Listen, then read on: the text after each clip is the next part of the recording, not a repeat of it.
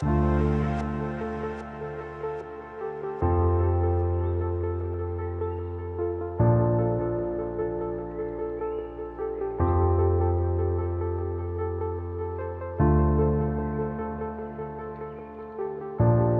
Bapak Ibu Saudara yang dikasihi Tuhan, selamat kembali beribadah dalam nama Tuhan Yesus Kristus.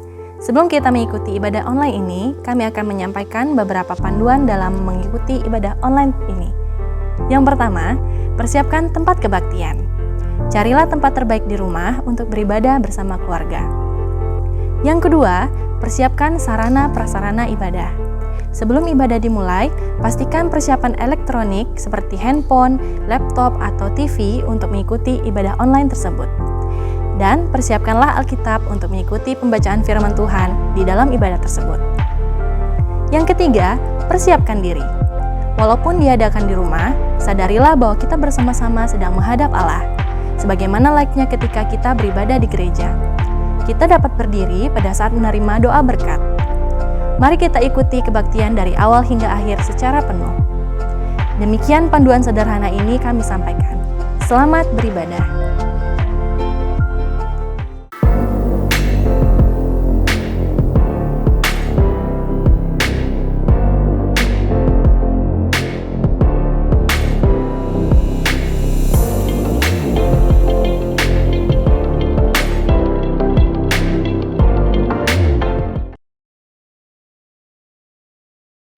Selamat pagi, selamat bertemu kembali dalam kasih dan kemurahan Tuhan kita Yesus Kristus.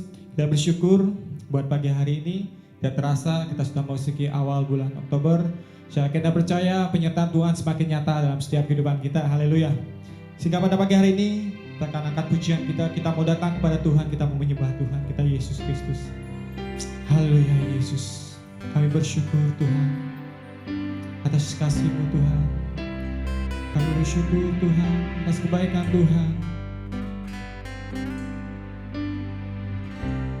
Yesusku, penyelamatku, tiada yang seperti Engkau. Setiap hari ku memuji keajaiban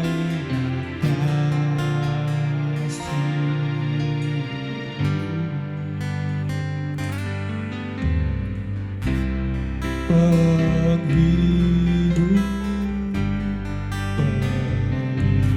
pelindung, menara kekuatan. Biarlah semua yang bernafas tak berhenti menyembah-Mu. Nyanyi dan bersoraklah bagi Dia, pujian, hormat, kuasa bagi Raja. Gunung tunduk, laut bergelora, mendengar nama-Mu. Ku bersuka atas perbuatan-Mu, selamanya ku kasihi Engkau Tuhan. Tiada janji seperti yang ada padamu.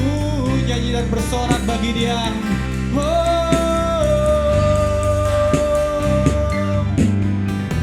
Nyanyi dan bersoraklah bagi Dia, pujian, hormat, kuasa bagi Raja. Gunung tunduk, laut bergelora, mendengar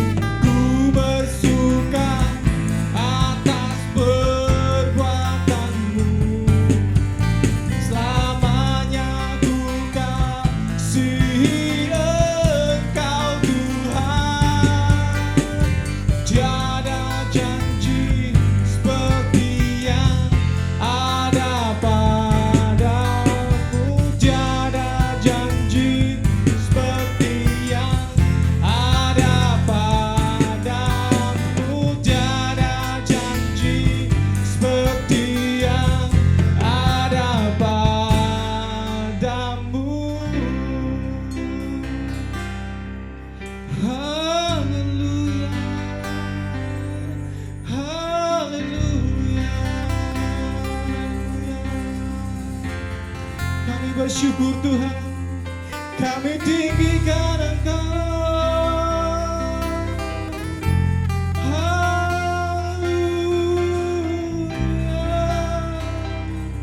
Haleluya Yesus. Bapak kami bersyukur buat pagi hari ini Tuhan. Haleluya Yesus, kami ada sebagaimana kami ada Tuhan pada pagi hari ini Tuhan. Semua karena janji-janji Tuhan. Haleluya Yesus, karena kami percaya Tuhan, janji Tuhan selalu nyata dalam setiap kehidupan kami Tuhan. Terima kasih Bapa, terima kasih Roh Kudus. Terima kasih buat pagi yang indah ini Tuhan, Kau berikan buat kami Tuhan. Kami boleh memuji dan membesarkan nama Tuhan. Kami bersyukur Tuhan memiliki Allah seperti Engkau Tuhan, Allah yang selalu memelihara kami, Allah yang selalu menjaga hidup kami. Terima kasih Bapa, terima kasih Roh Kudus. Sebentar kami akan mulai ibadah kami Tuhan.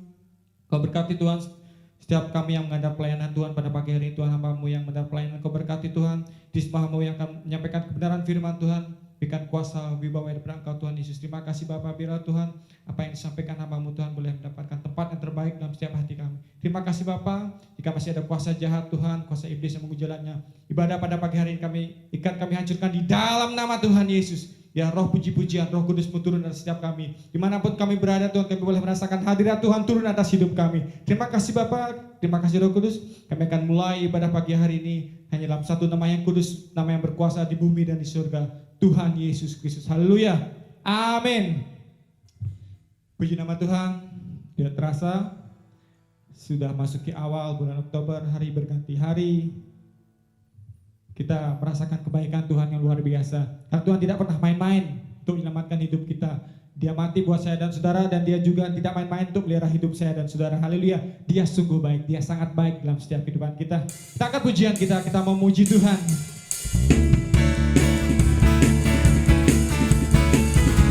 Haleluya. Engkau baik Tuhan. Kami mau memuji Engkau.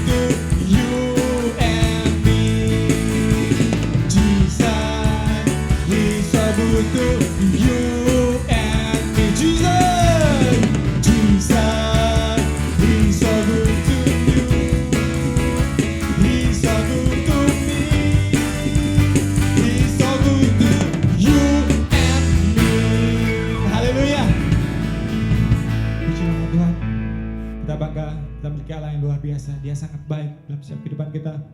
Dia menghapus dosa kita, menjadikan kita berharga di matanya. Haleluya. Kami bersyukur Tuhan, karena salib-Mu Tuhan, yang buat kami berharga Tuhan. Salib-Mu Tuhan. Haleluya Yesus. Luar biasa dalam kehidupan kami Tuhan. Terima kasih Tuhan. Haleluya. Hanya Kau Tuhan di hidupku. Kau berikan hidup yang baru. Darah-Mu menyucikan, pulihkan hatiku. Ku nyatakan Kaulah segalanya. Engkaulah sumber pengharapan. Kuasa-Mu sanggup menyembuhkan. Jiwaku pun berserah hanya kepadamu. Yesus, Kaulah segalanya. Karena salib-Mu ku hidup. Karena salib-Mu ku menang. Engkau yang berkuasa, sanggup untuk melakukan mujizat-Mu. Karena salib-Mu ku hidup. Karena salib-Mu ku menang. Engkau yang berkuasa, sanggup untuk melakukan mujizat-Mu. Karena salib-Mu, kepada hambanya saya persilakan. Ku hidup. Karena salib-Mu ku menang. Engkau yang berkuasa, sanggup untuk melakukan mujizat-Mu.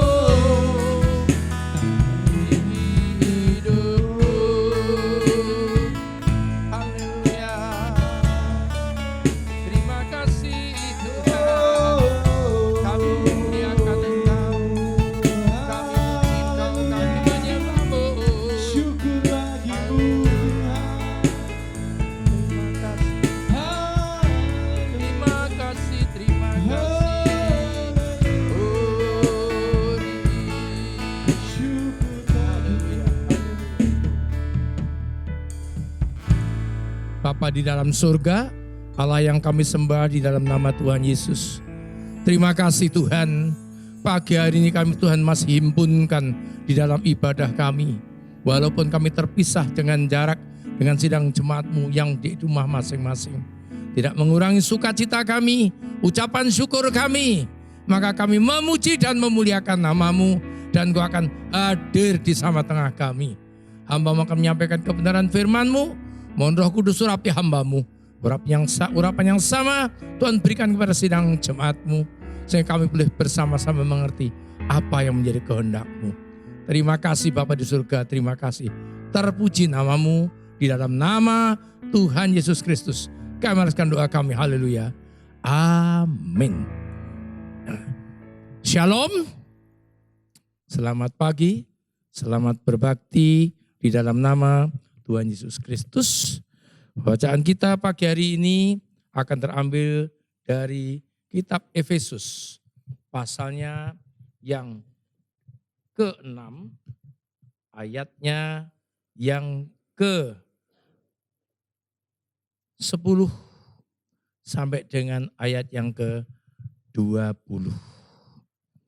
Saya akan bacakan, saudara siapkan Alkitab atau gadget saudara untuk kita bisa bersama-sama menikmati firman Allah dan boleh mempraktekannya nanti berikut di dalam kehidupan kita masing-masing.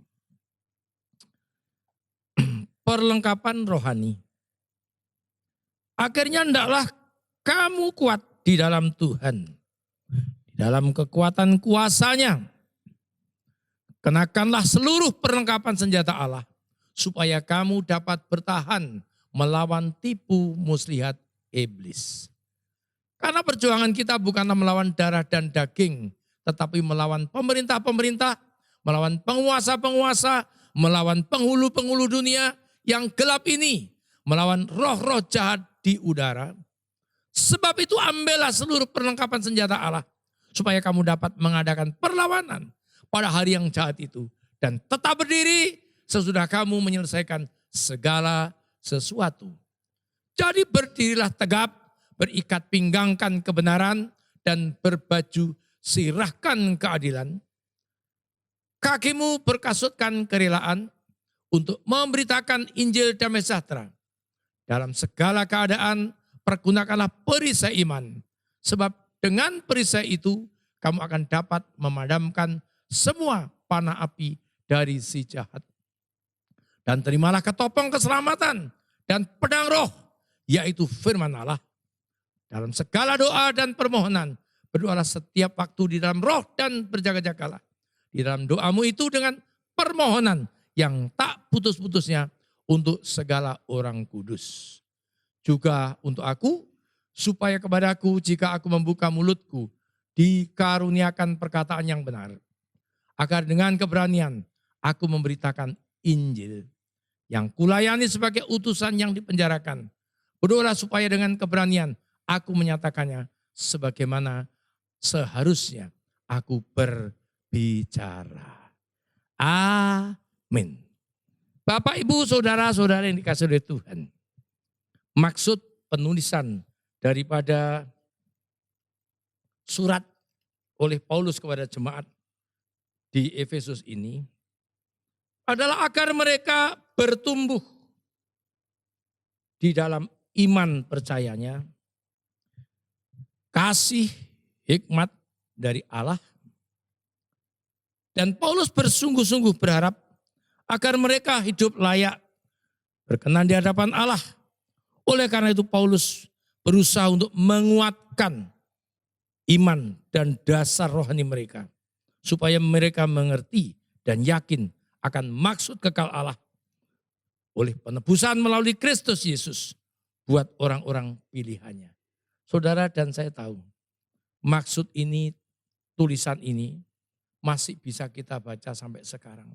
Bukan hanya untuk jemaat di Efesus, tetapi untuk saudara dan saya. Supaya kerohanian kita makin dewasa, makin mengerti apa yang dimaksud dan menjadi kehendak Tuhan. Sebab kalau kita menjadi dewasa, kita tidak akan gampang cengeng, kita tidak akan gampang ngambek, kita tidak akan gampang marah, kita tidak akan gampang putus asa menghadapi bermacam-macam, berliku-liku kehidupan di dalam dunia ini. Kita pasti dapat menanggung segala sesuatu dan kita akan keluar sebagai pemenang. Amin, Bapak Ibu Saudara dikasihi Tuhan. Yang dimaksudkan Paulus, yang diingatkan Paulus kepada jemaat di Efesus, dikatakan, ayat ini terkenal sekali. Hendaklah kamu kuat di dalam Tuhan, di dalam kekuatan kuasa-Nya. Bapak Ibu Saudara dikasihi oleh Tuhan, untuk sampai kepada kerinduan Paulus, jemaat menjadi kuat di dalam Tuhan, orang percaya harus betul-betul tetap setia di dalam Tuhan. Artinya tetap mengikut Dia di dalam segala keadaan. Mudah ini Bapak Ibu Saudara? Mudah? Ya. Ya, kalau jawabnya pelan-pelan saja. Karena bisa jadi iya, bisa jadi tidak. Kalau keadaan keberkatan, haleluyanya bukan 12 kali. 20 kali. Ya. Tetapi kalau manakala kita berada di dalam masalah-masalah yang berat tentang apa yang kita alami, bukan mustahil kita akan ngomel seperti orang Israel. Ya. Orang Israel itu sudah dapat jaminan. Ya. Dalam 1 Korintus pasal 10 itu, jaminannya pasti. Tetapi mereka tetap ngomel. Sehingga sebagian besar dari angkatan yang berangkat dari Mesir itu tidak sampai ke Kanaan. Iya. Maka Paulus mengingatkan kepada jemaat Efesus, hendaklah kamu kuat di dalam Tuhan, di dalam kekuatan kuasanya. Keyakinan, ya, menanamkan keyakinan iman itu bukan perkara yang mudah. Tidak semudah membalikkan telapak tangan atau kita hanya ngomong. Tetapi selalu saya ingatkan, orang harus mengalami Tuhan. Dalam arti Bapak Ibu Saudara yang dikasihi oleh Tuhan. Saudara dan saya bukan hanya membaca firman Allah. Tetapi mari Bapak Ibu, di dalam hidup saudara dan saya, firman Allah itu direnungkan. Ya, kalau di Jawa itu ada sapi atau kerbau itu nggayemi. Ya, rumput yang sudah dimakan, lalu sambil istirahat memama biak. Ya, nggayemi. Ya. Firman Tuhan itu juga begitu. Sementara saudara sudah mendengar atau membaca atau kembali dari gereja, itu direnungkan. Bukan hanya masuk kiri, keluar ke kanan. Ya. Kalau firman Allah itu sungguh luar biasa Bapak Ibu. Nanti kita akan baca. Kenapa? Ya. Kok Paulus mengingatkan seperti itu? Hidup ini tidak mudah. Hidup ini tidak mudah. Kalau kita berjalan menurut kepikiran kita sendiri. Tetapi kalau kita berjalan bersama Yesus, segala sesuatu yang sulit menjadi mudah. Amin? Iya, puji Tuhan. Ayat 11. Kenakanlah seluruh perlengkapan senjata Allah, supaya kamu dapat bertahan melawan tipu muslihat iblis. Kita di dalam Kristus diberikan seluruh perlengkapan senjata Allah. Apa itu seluruh perlengkapan? Nanti itu yang akan kita bicarakan. Ya. Sebab tanpa senjata itu, kita tidak mungkin akan mampu bertahan. Jangankan melawan iblis. Bertahan saja tidak mampu. Kalau kita mencari contoh-contoh yang konkret, banyak sekali manakala mendapat pencobaan. Tapi rasanya kalau corona ini kurang bisa dipakai karena apa? Karena semua mengalami kan? Nah, rasanya tuh ya memang kita bareng-bareng melayani. Merasakan seperti ini. Rasanya tuh, tetapi manakala orang lain tidak mengalami, kita mengalami. Waduh, ya, itu yang membuat orang Israel ngomel.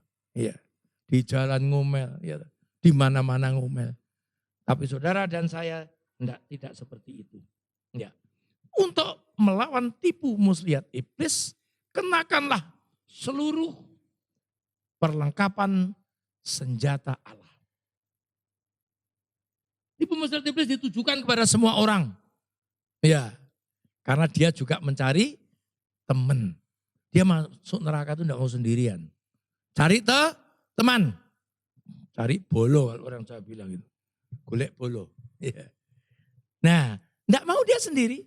Dia cari teman. Siapa saja. Ya, Adi ditawarin, Andri ditawarin, kan semua ditawarin. Nah, bentuknya itu adalah sukacita dunia.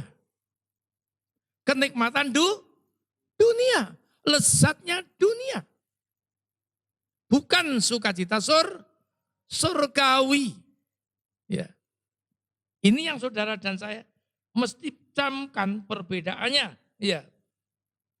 Tipu muslihat ini ditujukan semua orang supaya mereka tidak menyembah Allah.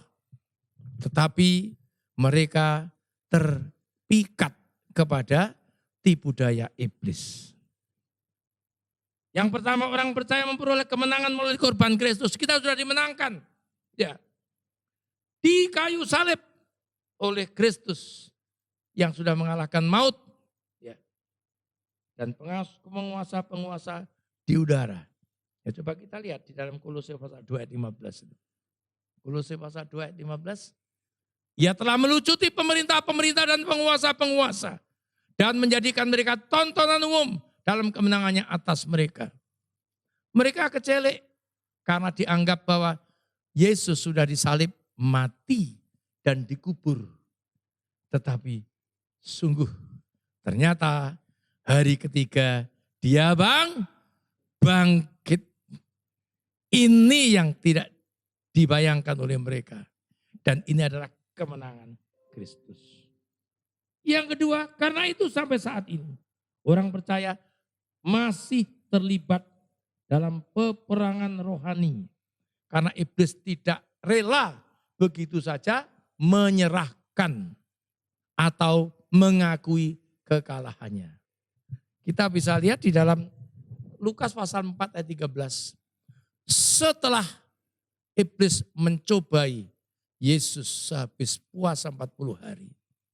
Segala macam ditawarkan, baik kemuliaan di dunia, batu untuk dijadikan roti dan kemuliaan dunia diberikan kepada dia. Maka Yesus mengatakan di saat yang terakhir, hai iblis, hanya Allah saja yang patut disembah. Ya. Firman Tuhan itu. Nah, di sini dikatakan, sesudah iblis mengakhiri semua pencobaan itu, ia mundur daripadanya dan menunggu waktu yang baik. Kapan waktu yang baik? Ketika saudara dan saya ada penderitaan yang luar biasa dan seolah-olah Tuhan tidak menolong. Ya. Menyebabkan kita memberontak kepada Tuhan. Amin. Atau saudara dan saya kedapatan di dalam berkat yang melimpah luar biasa. Sehingga saudara dan saya bisa berfoya-foya. Dan menjadi sombong. Seperti dikatakan pada Hizkia 2 minggu yang lalu. Lalu Hizkia menjadi angkuh. Lalu suka apa? Pamer. Apa perlu dipamerkan? Di dalam sekarang virus corona ini, orang yang mau pamer mengkeret semua. Mengkeret. Tidak berani. Karena apa? Nyawanya bisa dicabut setiap saat. Ya lupa. Orang yang korupsi itu. Tapi juga ada yang korupsi masker katanya. Ya, berapa waktu yang lalu di mana, kota mana itu. Ya, sekian puluh ribu masker. Ya masih ada. Ya biar saja lah. Ya. Allah itu tidak bisa ditipu. Seperti kita manusia. Iblis mengakhiri pencobaan itu, mundur dan menunggu waktu yang baik, waktu yang tepat. Yang ketiga, seperti sebagai tentara-tentara Allah, kita wajib hukumnya untuk memerangi iblis. Iblis itu bukan disarankan, mbok jangan ganggu saya iblis. Enggak. Dalam nama Yesus, saya perintahkan kamu pergi dari tempat ini. Pergi! Dalam nama Yesus. Amin. Begitu. Bukan kok monggo please. Pergi yo. Ya. Jangan gitu ya. Atau bagaimana. Ya. Kita harus tegas. Dan kita harus bisa melihat, menyelidiki, memilah-milah. Mana itu yang dari Allah. Dan mana yang dari iblis. Di dalam 2 Korintus pasal 10. Ayat 3. Saya akan tunjukkan. 2 Korintus pasal 10. Ayat yang ketiga. Memang kami masih hidup di dunia. Tetapi kami tidak berjuang secara duniawi. Kita masih di dunia. Ya, tetapi kita mengandalkan kuasa Tuhan. Amin. Iya, terus karena senjata kami dalam perjuangan bukanlah senjata duniawi. Senjata kita bukan senjata duniawi, bukan pisau, parang, pistol, atau mitrailleur, atau senapan mesin. Melainkan senjata yang diperlengkapi dengan kuasa Allah yang sanggup untuk meruntuhkan benteng-benteng.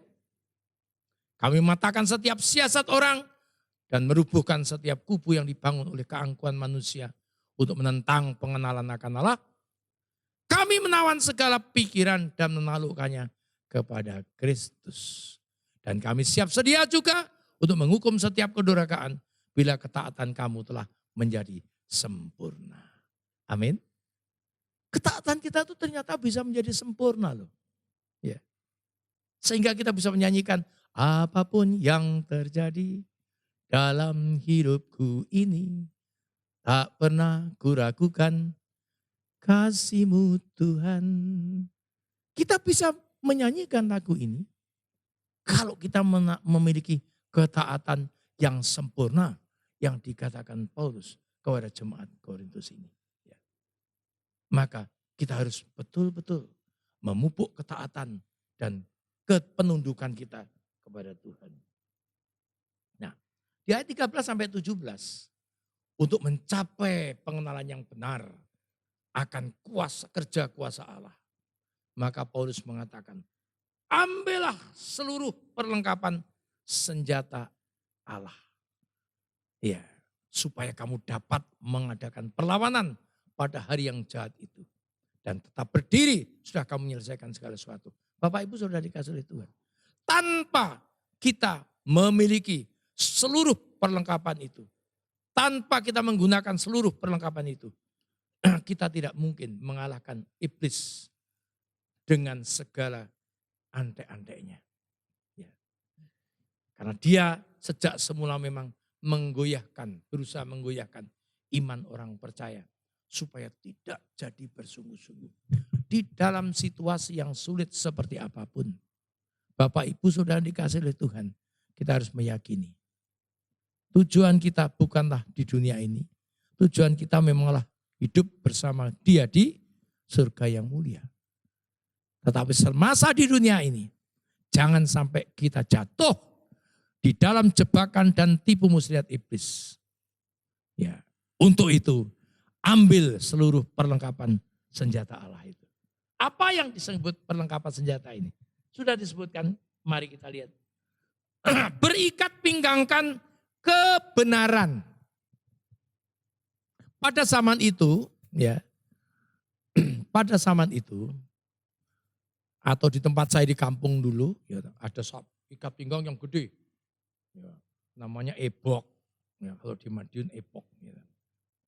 Orang yang memakai itu berarti siap untuk bekerja. Iya. Prajurit pada zaman itu kalau sudah memakai ikat pinggang, orang Israel juga begitu, itu siap untuk bekerja. Atau prajurit siap untuk berperang. Iya. Siap untuk perang. Nah, untuk berangkat ke dalam peperangan, orang percaya harus berbekal hidup benar di hadapan Allah. Amin. Berikat pinggangkan kebenaran. Kita harus tetap ada di dalam daerah kebenaran. Apapun yang terjadi. Setuju? Iya. Jangan melenceng ke kiri, jangan melenceng ke kanan. Ya, di kitab Yosua dikatakan jangan kamu melenceng ke kiri, jangan melenceng ke kanan. Supaya hidupmu berhasil dan beruntung. Iya. Berdiri tegap, berikat pinggangkan kebenaran. Ya. Yang kedua, berbaju sirahkan keadilan. Baju sirah. Ya. Kalau sekarang yang paling modern ada rompi anti peluru.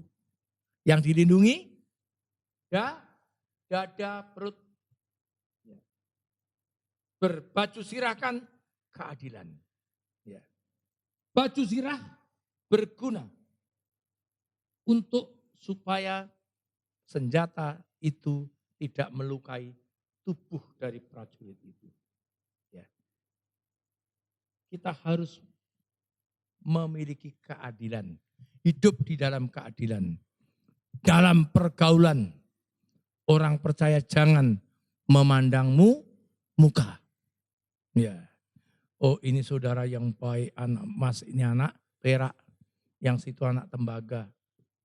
Enggak. Jangan memandang muka. Ya. Tidak usah dibuka dalam Yakobus pasal 2 ayat 1-4. Di dalam pergaulan orang Kristen, jangan memandang muka. Karena mereka yang kaya maupun yang miskin, semua harganya sama di hadapan Tuhan. Hati-hati. Orang percaya tidak boleh membeda-bedakan. Selanjutnya, berkasutkan kerelaan. Ya, sebelum mereka memakai sepatu perang, ya zaman dulu mungkin terumpah ya, tapi diikat-ikat pakai kulit, kan sepatunya kulit sampai di sini. Dia pakai kaos kaki. Ya. Berkasutkan kerelaan, berjuang haruslah dengan maksud hati yang tulus dan rela. Kalau hatinya tulus dan rela, tidak ada motivasi lain, ya, maka ada aturan di dalam kemiliteran. Kalau di dalam perang, jangan ngerampok. Ya. Jangan memperkosa. Itu hukum internasional. Ya. Jangan menyakiti orang sipil. Ya. Ada aturannya. Gitu. Jadi orang yang berperang itu betul-betul berperang demi tujuan. Bukan demi nafsu. Merampok. Nah, itu kerjaannya sekarang ada tentara bayaran. Ya. Ada, kalau di Perancis ada sampai sekarang masih ada legiun asing. Yaitu disewa. Ya. Ada juga legiun asing dari India. Tentara Gurkha. Keturunan Nepal. Ya. Yang terkenal dengan pisau kukrinya. Ya. Jadi kita harus berkasutkan kerelaan. Rela. Melayani itu dengan hati yang rela. Pelayan-pelayan Tuhan harus melayani dengan hati yang rela. Tidak ada maksud apa-apa. Tidak ada maksud-maksud tersembunyi. Ya. Sehingga dikatakan nanti mereka melayani dengan baik. Karena apa yang Tuhan berikan itu lebih daripada apa yang akan kita berikan kepada Tuhan. Ya. Maka di dalam Lukas pasal 17 dikatakan, aku adalah hamba-hamba yang tidak berguna. Yang melakukan segala sesuatu hanya oleh karena Tuhan suruhkan. Ya. Lanjut. Perisai iman mengenakan perisai iman. Ya, saudara dan saya tahu perisai itu. Ya. Jadi biasanya ada pedang di tangan kanan, ada perisai di tangan kiri. Ya. Perisai iman itu, perisai itu untuk nangkis. Ya. Betapa hebatnya serangan itu, sementara saudara dan saya dengan tepat dan piawai menggunakan perisai, maka saudara dan saya tidak akan mengalami kekalahan. Perisai iman. Ya. Yesus sudah menggunakan perisai iman ini dengan luar biasa di Lukas pasal yang ke-6. Ya. Yang kita sebut tadi, sampai dengan ayat ke-14 tadi, perisai iman. Jadi yang kita katakan itu adalah firman Tuhan. Firman Tuhan, perisai iman.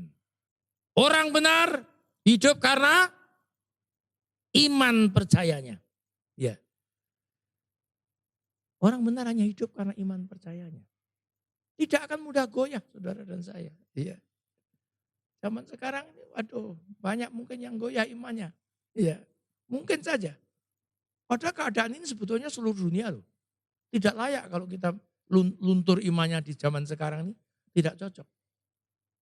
Karena bukan kita sendiri, tetapi seluruh Dunia mengalami hal ini. Maka saya tidak akan menggunakan sebagai tolak ukur, tidak. Tetapi juga bisa kalau memang ada yang imannya goyah saat ini. Karena seluruh dunia mengalami. Ya. Tetapi ada kejadian-kejadian yang seperti berlaku kepada di kitab Keluaran itu tidak terjadi kepada orang lain. Hanya terjadi kepada bangsa Israel. Kenakan perisai iman. Sebab dengan perisai itu kamu dapat memadamkan semua panah api. Panah api dilawan dengan perisai. Ya, dari si jahat. Ya, di Tuhan. Ketopong keselamatan.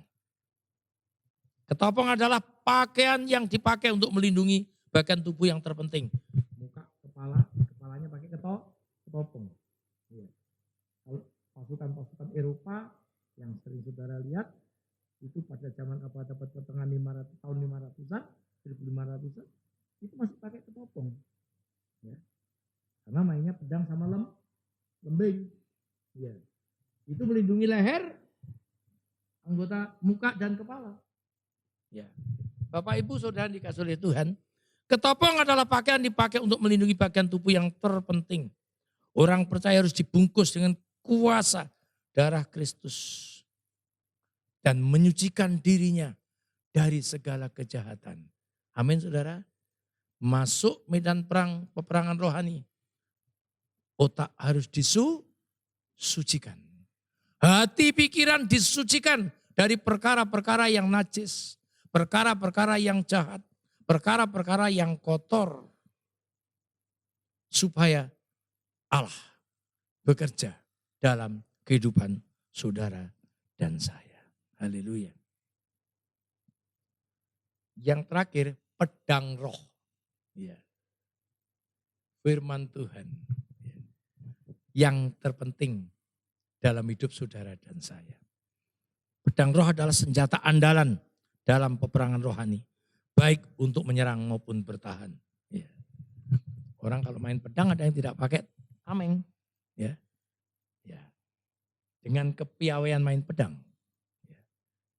Maka bisa mengalahkan lawannya. Baik senjata untuk bertahan maupun senjata untuk melawan. Pedang roh. Yaitu firman Tuhan. Yang adalah senjata ampuh untuk melawan musuh dari zaman ke zaman. Sebagaimana telah dicontohkan oleh Yesus. Di dalam Lukas 4 ayat 4 sampai 13. Coba Pak Dek. Lukas 4 ayat 4 sampai 13.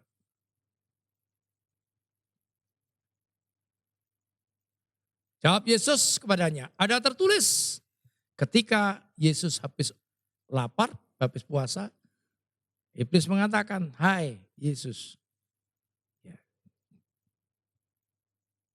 jadikan batu itu menjadi roti. Maka perkataannya adalah, hai iblis, manusia tidak hanya makan dari roti, tetapi dari sabda yang keluar dari mulutnya Allah. Segala kuasa itu serta kemuliaannya akan kuberikan kepadamu. Sebab semuanya itu telah diserahkan kepadaku. Dan aku memberikannya kepada siapa saja yang kukehendaki. Ayat yang ke-7. Jadi jikalau engkau menyembah aku, seluruhnya itu akan menjadi milikmu. Ayat 8. Tetapi Yesus berkata kepadanya, ada tertulis, engkau harus menyembah Tuhan Allahmu. Dan hanya kepada Dia sajalah engkau berbakti. Lanjut. Kemudian ia membawa Yesus ke Yerusalem dan menempatkan dia di hubungan bait Allah. Lalu berkata kepadanya, jika engkau anak Allah, jatuhkanlah dirimu dari sini ke bawah. Sebab ada tertulis mengenai engkau, ia akan memerintahkan malaikat-malaikatnya untuk melindungi engkau. Dan mereka akan menatang engkau di atas pangannya, supaya kakimu jangan terantuk kepada batu. Yesus menjawabnya, ada firman, jangan engkau mencobai Tuhan Allahmu. Amin. Amin Bapak-Bapak, Ibu-Ibu. Ya. Pedang roh, yaitu firman Allah. Maka orang harus senantiasa rindu untuk membaca, mendengar, mempraktekkan firman Allah. Ya. Karena firman Allah adalah pribadi Allah sendiri. Segala sesuatu jadi karena firman Allah. Pada mula pertama adalah firman Firman bersama Allah dan firman itu adalah Allah. Zaman sekarang susulit ini. Bukan karena saya hamba Tuhan. Sejak saya percaya, saya yakin Allah mampu memelihara kita dengan caranya. Tidak usah kita larut mengikut cara dunia. Tidak perlu. Berdagang, berbisnis, kita juga bisa menerapkan kebenaran firman Allah di dalam pekerjaan kita. Ya. Berbisnis berdasarkan firman Tuhan. Bisa. Ya. Saya bekerja selama 26 tahun, puji Tuhan. Perusahaan yang saya pimpin tidak pernah rugi. Untung. Saya tidak mencelakakan karyawan-karyawan saya. Ya. Luar biasa. Ya. Orang percaya harus megang ini. Pedang roh. Itu yang harus dipegang oleh orang percaya. Firman Tuhan amat berkuasa di tangan orang yang tepat. Maka firman Tuhan adalah senjata yang ampuh dan akan menumbangkan semua musuh. Amin. Di tangan yang tepat. Yaitu tangan orang yang takut akan Tuhan. Tapi kalau orang yang leda-lede, tahu leda-lede.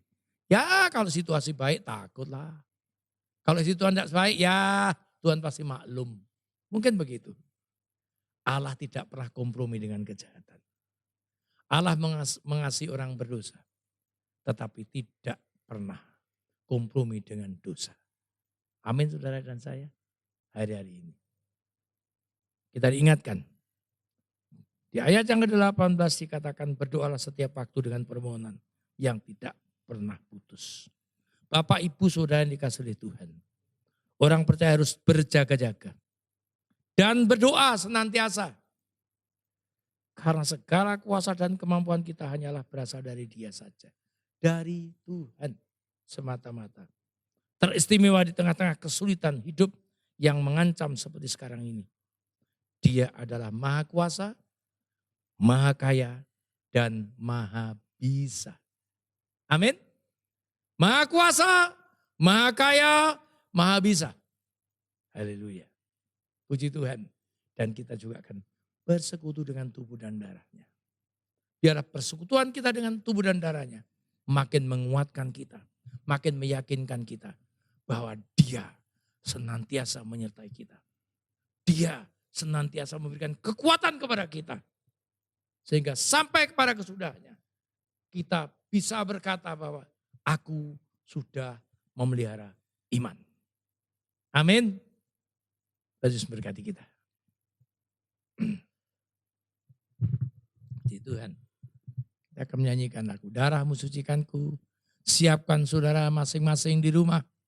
Siapkan perjamuan kudus. Kita akan bersama-sama menikmati perjamuan kudus. Darahmu sucikanku, darahmu berikan kehidupan, darahmu gantikanku sebagai korban dosa. Sucikanku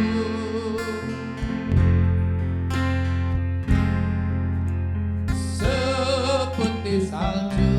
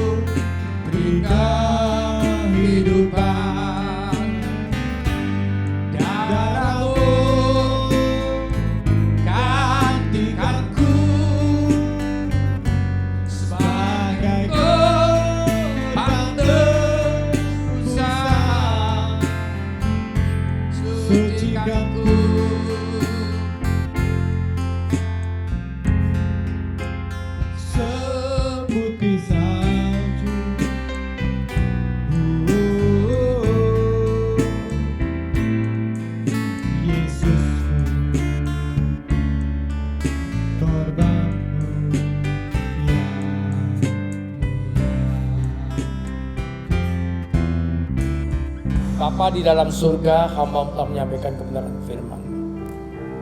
Saatnya kami akan bersekutu dengan tubuh dan darah. Tuhan, sucikan tangan-tangan kami yang akan menerima tubuh dan darah-Mu. Kami akan menikmatinya dengan ucapan syukur sambil merenungkan betapa kasih-Mu kepada kami. Terima kasih Tuhan, terima kasih.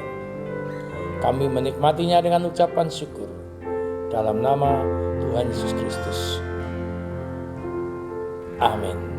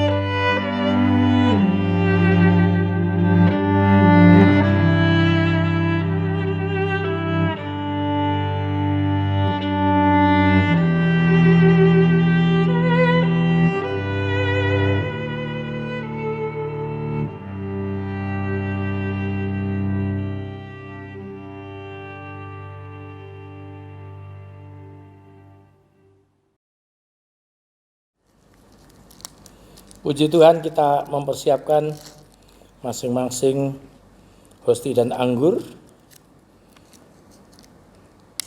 Setelah itu kita akan bersama-sama berdiri di tempat masing-masing untuk kita bersama-sama bersekutu dengan tubuh dan darah Kristus. Kita angkat hosti di tangan kanan kita.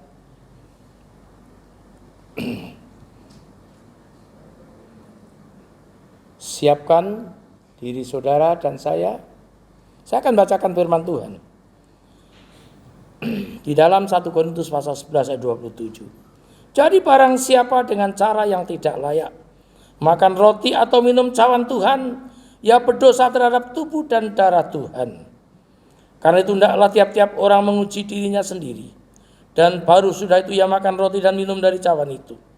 Karena barang siapa makan dan minum tanpa mengakui tubuh Tuhan, ia mendatangkan hukuman atas dirinya.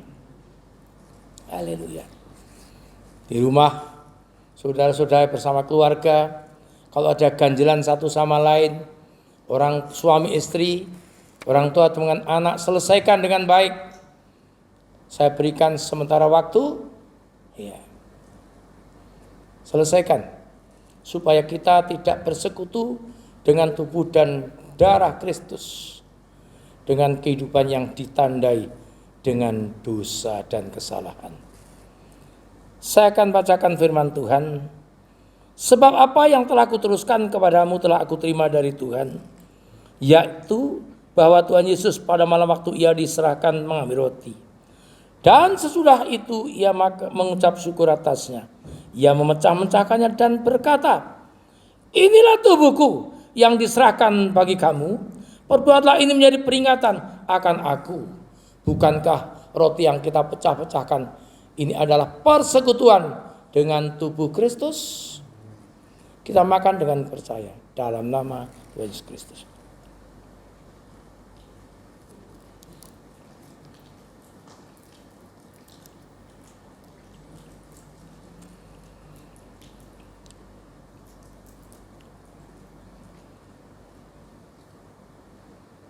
Kita pindahkan cawan berkat di tangan kanan kita. Saya akan bacakan firman Tuhan. Demikian juga ia mengambil cawan sesudah makan lalu berkata, cawan ini adalah perjanjian baru yang dimeteraikan oleh darahku. Perbuatlah ini setiap kali kamu minumnya menjadi peringatan akan aku. Sebab setiap kali kamu makan roti dan minum cawan itu, kamu memberitakan kematian Tuhan sampai ia datang. Bukankah cawan pengucapan syukur yang atasnya kita ucapkan syukur adalah persekutuan dengan darah Kristus? Kita minum dengan percaya dalam nama Tuhan. Ya. Pegang tangan anak istrimu di rumah. kita ucapkan syukur. Kita sudah bersekutu dengan tubuh dan darahnya. Kita akan berdoa. Bapa di dalam surga, Allah yang kami sembah di dalam nama Tuhan Yesus. Terima kasih Tuhan. Kami sudah bersekutu dengan tubuh dan darah-Mu. Tuhan, terima kasih. Terima kasih. Tidak ada pribadi yang seperti Engkau. Rela berkorban, menderita, sengsara, mati buat kami orang yang berdosa. Engkau rela mati gantikan kami Tuhan, supaya kami mendapatkan keselamatan yang abadi dan diam bersama Engkau di surga yang mulia. Terima kasih. Ajar kami meneladani Engkau Tuhan. Kami jauh daripada pribadi-Mu, namun kami mau hidup kami diperbarui terus menerus setiap saat, supaya kehidupan kami menjadi tidak bercacat celah dan sempurna. Terima kasih Tuhan, terima kasih. Terima kasih, Engkau baik dan sangat baik. Sidang jemaat-Mu, kami semua yang sudah menikmati perjamuan kudus, saat ini menjadi kuat di dalam Engkau. Dan dalam kuat kuasa-Mu Tuhan, menghadapi semua tantangan yang menghadang di tengah-tengah sekarang ini. Dalam pandemi virus corona ini, berikan kekuatan iman kepada kami. Sehingga dengan bekal itu Tuhan, kami menghadapi segala macam masalah. Terima kasih. Kami berdoa saat ini untuk pemimpin bangsa kami, Bapak Presiden kami Jokowi dan jajaran pemerintahan, Pak Wakil Presiden Ma'ruf Amin, jajaran pemerintahannya. Oh, sipil, militer, kepolisian, dalam pemerintahan, dalam DPR, MPR, semuanya Tuhan, lembaga-lembaga pemerintah, legislatif, eksekutif, dan yudikatif, memberkati semuanya Bapak. Terutama di dalam memberantas corona ini. Pemerintah kami berhasil Tuhan secepatnya. Dan kembali ekonomi kami bergeliat dan berbalik Tuhan, pulih kembali. Sehingga kami dicukupkan, bahkan berkelimpahan di dalam pemulihan ekonomi ini. Terima di pulau kami di Pulau Bali. Berkati lingkungan sekitar kami Tuhan. Jauhkan juga penularan virus corona Tuhan. Baik itu kelian kami, kelurahan kami, Banjar kami Tuhan. Baik itu sampai di kecamatan, di kabupaten-kabupaten kota Madya di Bali Tuhan. Sampai di seluruh Pulau Bali. Berkati. Terima kasih. Karena kesejahteraan Pulau Bali adalah kesejahteraan kami. Terima kasih Tuhan, nyatakan kemurahan. Kuasa-kuasa iblis yang memperalat corona ini berpanjang-panjang, percekcokan, pertengkaran, bahkan perpecahan, dihancurkan kuasanya dalam nama Tuhan Yesus Kristus. Terima kasih Tuhan, terpuji nama-Mu. Berkati anak-anak-Mu yang menggandar pelayanan pada pagi hari ini Tuhan. Berkati dengan berkat-berkat-Mu yang limpah atas mereka. Saudara kasih lihat Tuhan, terimalah berkat limpah dari Allah Bapa. Terima kasih anugerah kemurahan damai sejahtera sukacita dari Tuhan Yesus. Disertai persetujuan Roh-Nya yang kudus, yang menyertai saudara dan saya dari saat ini sampai Maranatha, Tuhan Yesus datang kedua kalinya. Di dalam berkat nama Tuhan Yesus. Haleluya, haleluya. Amin. Tuhan Yesus berkati kita. Shalom Bapak Ibu Saudara yang dikasihi Tuhan. Kita sudah beribadah dan menikmati kemurahan Tuhan lewat firman Tuhan yang disampaikan oleh hamba-Nya. Berikut kami akan menyampaikan beberapa nama jemaat yang berulang tahun dalam sepekan ini.